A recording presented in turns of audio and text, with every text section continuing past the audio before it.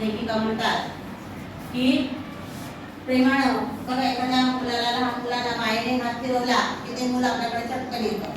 तशा प्रकारे जसजसं मॅडम त्याला मायेनं हात फिरवत होत्या, त्याच्याशी गोड बोलत होत्या, चांगलं वागत होत्या, तसा जणू काही त्याला एक प्रकारचं, कारण तो प्रेमाचा भुकेलेला होता. एक त्याला काय पाहिजे होतं? प्रेम पाहिजे होतं आणि ते बाईंच्या मार्फत त्याला मिळत होतं.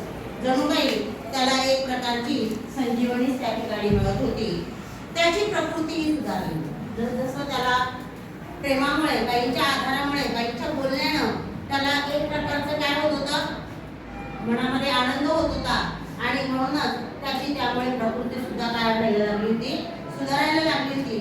माझे कुठलेही काम तो आनंदाने करायचा.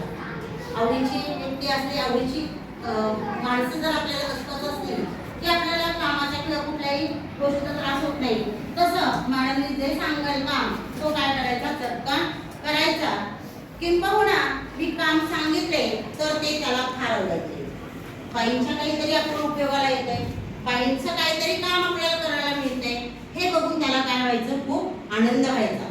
अधूनमधून एखादा खास पदार्थ मी त्याला द्यायचे. मॅडम डब्यामध्ये काहीतरी घेऊन आल्या की काही वेगळं असेल तर ते त्याला सुद्धा काय करायच्या? खायला द्यायच्या. वाढदिवसाला लहानशी भेट द्यायची, तेव्हा त्याचा आनंद वेगळाच आहे हे मलाही जाणवायचं. बघा, लहान मुलांना वाढदिवसाला जर काही भेट दिलं, काही गिफ्ट मिळालं की त्यांना किती आनंद होत आहे तुम्हाला सांगायची गरज नाही.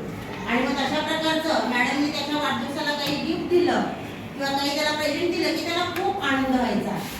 आणि हे मॅडमला लगेच काय व्हायचं? जाणवायचं. त्याचा तो आनंद, जो आनंद त्याच्या चेहऱ्यावर असायचा तो मॅडमला लगेच जाणवायचा. 2 वर्षांनी माझे लग्न ठरले. त्यांच्या सहवासात मॅडम किती वर्ष होते? त्याच्या सहवासात 2 वर्ष आणि 2 वर्षांनी त्यांचं लग्न ठरलं. सुदैवाने त्याच गावात मी राहणार होते, फक्त लग्न दुसऱ्या गावी होते.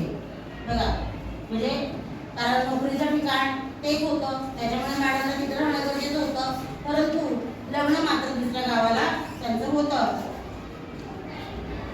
बघा, शाळेतल्या मुलांनी मी जाण्यापूर्वी एक छोटासा समारंभ करून मला भेट दिली. त्यांचं लग्न आपण म्हणतो ना त्याला केळवण वगैरे, आता खूप प्रसिद्ध आपण पाहतो, प्रत्येकाकडे लग्न ठरलं की केळवण केलं जातं.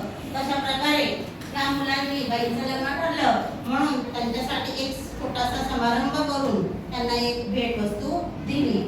मी जरी नोकरी सोडणार नव्हते तरी त्यांनी समारंभपूर्वक मला केळवण केलं. वर्गातला मॉनिटर उभा राहिला आणि ज्यांनी ज्यांनी पैसे दिले त्यांची नावे त्यांनी वाचली. म्हणजे आता तुम्हाला माहिती आहे, काही समारंभ जर आपल्या वर्गातून करायचा असेल तर आपल्याला काय करावं लागतं? पैसे गोळा करावे लागतात, मग एकत्र यावं लागतं, ठरवावं लागतं, नियोजन करावं लागतं आणि मग त्या नियोजनातून आपण काय करणार? तो प्रोग्राम किंवा तो समारंभ साजरा करत असतो. तशा प्रकारे मुलांनी काय केलं? सगळ्यांनी पैसे गोळा केले.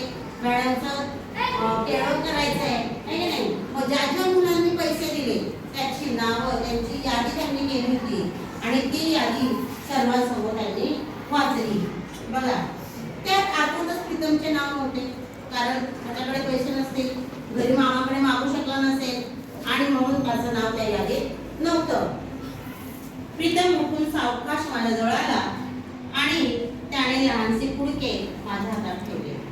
लेखिका म्हणतात की त्याने काही पैसे दिले नसल्यामुळे तो उठून सावकाश माझ्याजवळ आला आणि त्याने लहानसे पुडके, छोटेशी गाठ मारून आणलेले गाठोडं, काय केलं? पुडकं म्हणजे छोटंसं गाठोडं, तो त्याने काय केलं? माझ्या हातात ठेवले. मी ते उघडले तर त्यात 2 हैदराबादी खड्यांच्या जुन्या बांगड्या होत्या. त्या त्यांनी हळूवार उघडल्या, पाहिल्या तर त्याच्यामध्ये काय होत्या? 2 हैदराबादला मिळणाऱ्या अशा त्या 2 हैदराबादी बांगड्या, त्या खड्यांच्या छानशा खडे लावलेले अशा प्रकारच्या त्या बांगड्या त्याच्यामध्ये होत्या. त्यातले 1-2 खडे पडलेले होते आणि सोबत एक स्वस्त उग्र वासाची अर्धवट भरलेली अत्तराची बाटली. 2 बांगड्या आणि काय होतं त्याच्यामध्ये? अत्तराची बाटली.